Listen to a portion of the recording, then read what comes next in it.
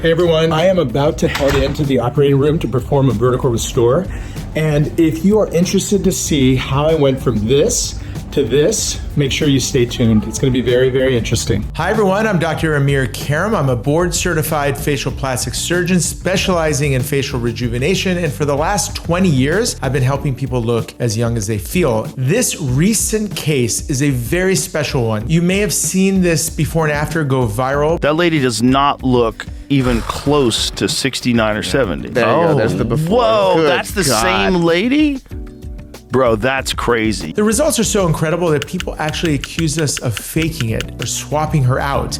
But I promise, honestly, this is real and it may seem unbelievable, but you'll understand the process of how we got here and it'll make a lot more sense. And by the way, if you like videos like this, make sure you subscribe to this channel. Now let's talk a little bit more about Lynn.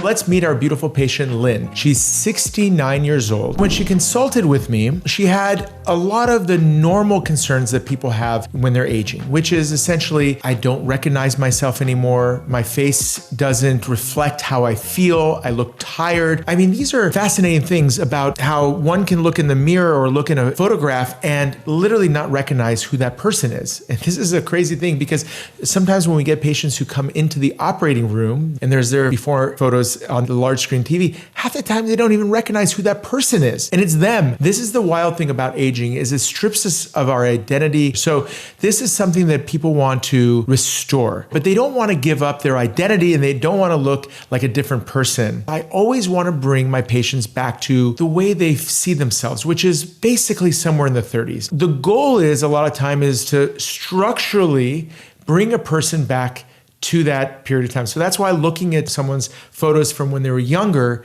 can be very helpful in terms of giving us the roadmap going back. But really, when you look at her photos when she was younger compared to when she aged, you'll see a number of things. But one of the things that sticks out the most is that the entire facial shape has changed, right? The shape is no longer that kind of narrow at the bottom, fuller up top. And that's the youthful triangle, the upside down triangle or the heart shape that really gives a person that youthful look. Now, as we get older, as the fascia starts to slide down, things become more square or rectangular, heavy along the lower half of the face, less full on top.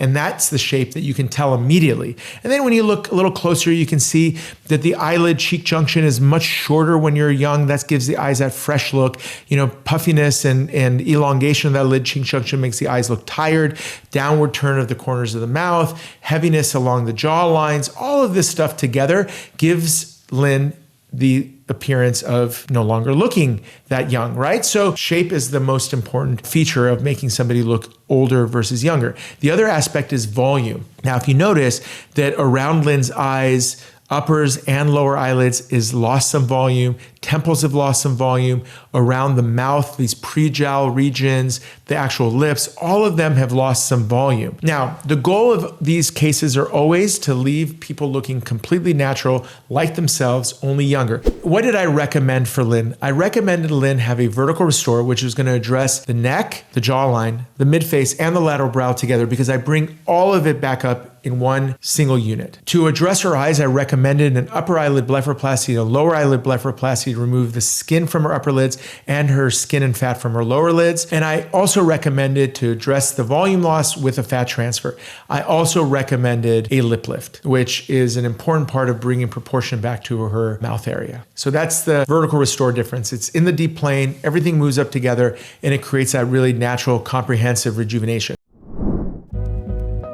So now I'm going to take you through the surgical markings that we do when we're preparing a patient for surgery. The vertical restore incisions go along the temporal hairline, slightly inside the hair tuft. They go around the sideburn, inside the ear, using a incision on the inside of the tragus, so that way the incision hides nicely, then going behind the ear and then down the back of the hairline just slightly. For the upper eyelids, we make the incision in the natural eyelid crease and then just determine how much extra skin you have and just remove that extra bit of skin. On the lower eyelids, combination in this case of removing puffiness from the eyes as well as extra skin. So the incision there for the skin removal or the skin pinch is going to go just below the lash line. And then for the lip lift, the incision is going to use a bullhorn technique, which essentially goes along the edge of the lip-nose junction. And from there, we're going to remove anywhere from 3 to 4 millimeters of extra skin that has elongated as the face has lengthened. Because remember, aging overall is a lengthening process. And even though jowls and neck laxity may be the first thing that somebody notices, this lengthening of the top lip can really make a person look older, but also the mouth look unfamiliar. So shortening that up a little bit is a beautiful proportion touch that, if done with taste and caution and conservatism, leaves the mouth just looking like a more refreshed and youthful version of itself. Now, when it comes to fat transfer, the areas that I would normally inject fat, and this is true for almost all patients, some fat goes underneath the eyes along the orbital rim, which is an area you lose fat, above the eyelids where you lose fat, and along the temples. These are kind of ubiquitous. No matter what your body weight is, you're going to lose some fat in these areas. Now, other important areas for fat is around the mouth. So the lips get a little bit of volume. This area called the prejowl gets a little bit of volume. In some patients in this upper nasolabial fold, we put a little bit in there too. Now, the key to this is that we don't put any fat in the cheeks, because we're going to be able to lift the cheek, and it's not a matter of deflation anymore. It's a matter of displacement. So when we pull this up, we're going to get the cheeks to be right back where they were, and they're already going to be nice and full, because you don't actually lose fat in your cheeks. This is a total common misconception. So for years, we've stopped using fat transfer in the cheek area. All right, so now let's take a look at Lynn's healing journey. So she had a great healing journey from the get-go. She handled the procedure. She had a great state of mind. She had full faith and trust in me. So the ups and downs, of swelling and puffiness and distortion and all that stuff, that really is a big part of the first week of healing. She managed it emotionally very, very well. Now, a couple things to point out to prevent hematoma and to improve healing. I use these compression sutures along the side and also into the neck. But overall, she healed fantastic. Some light bruising, normal typical swelling, and really very minimal pain. It hasn't been bad at all the first couple of days. It was just Tylenol. I didn't do any pain medication. Yeah. It's been easier than I thought. Still feels a little tight around the incisions, a little numbness is to be expected. The most surprising change is my lip. The youthfulness of my lip is really what I'm loving a lot. I love it. And my neck and jawline, I was thinking about, how I didn't like to wear necklaces that kind of brought attention to my neck. And now, I feel like I just got my youth back. Your neck looks unbelievable. Yeah. Well, I'm so excited. But the one thing that surprised me the most was, I watched his love-hate video. Yes. And I'm like, I didn't even really go through the hate phase. I'm so glad. Yeah, because I had such faith in him, I knew that in the end it was going to look amazing. And so nothing has bothered me along the way. I'm like, it's just going to get better from here. Yes. All right, so now let's look at the before and afters. When you look at these before and afters, you really can appreciate how much restoration has taken place. You see how the shape of the face is restored, the jawline has been restored, the neck has been restored. These are really, really important things when it comes to that overall shape of the face that we talked about, because that's the thing you can tell from a mile away. You can literally across the street, you can see somebody as a certain age based on the shape of their face. But the combination of adding the volume and nice subtle touches to these areas that we talked about, restoring the soft tissues and shortening everything back up, has really, really given Lynn that youthful, beautiful look that is so jaw-dropping and so beautiful. And what's really gorgeous here is that she's so natural looking, right? Nothing about her looks unusual or done or like she's had surgery. And that's a very, very important feature for people who choose to have surgery, especially with me. But for people who ultimately want that, you have to make sure you look at plenty of before and afters to make sure that your surgeon can deliver upon that result. If that's important to you, you want to make sure you get that, because nothing is as disheartening as coming out and looking like you've had work done when that was like a big objective for you. Lynn is taking great care of her skin throughout her entire life. As you can see, her skin looks beautiful, and she's been on the Karam MD trifecta now to improve her skin even further.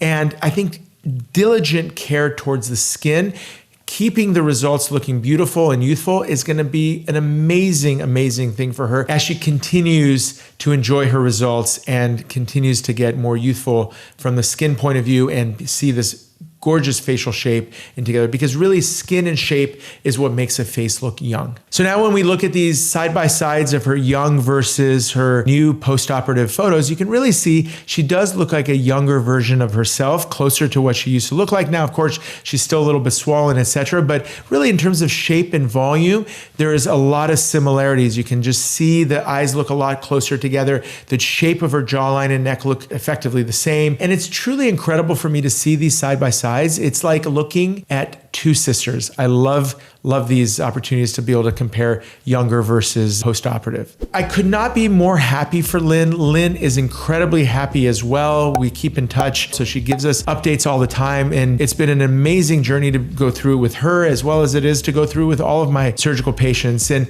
if you want to learn more about my surgical practice, more details on the process, the vertical restore, including pricing and making a consultation, check out drkaram.com. And if you're looking to get more educated on skin aging and skin health, make sure you check out the link to the Dr. Karam Point of View, which is a weekly newsletter that I write. It's a free newsletter, comes to your inbox, so make sure you sign up for that as well. Thanks again for watching. Make sure you subscribe, share this with some friends and family, and drop any questions you have about Lynn's facial rejuvenation journey in the comments below. I appreciate her sharing her experience with all of you, and I know it's going to help you make better decisions for yourself. Until next time, Dr. Amir Karam.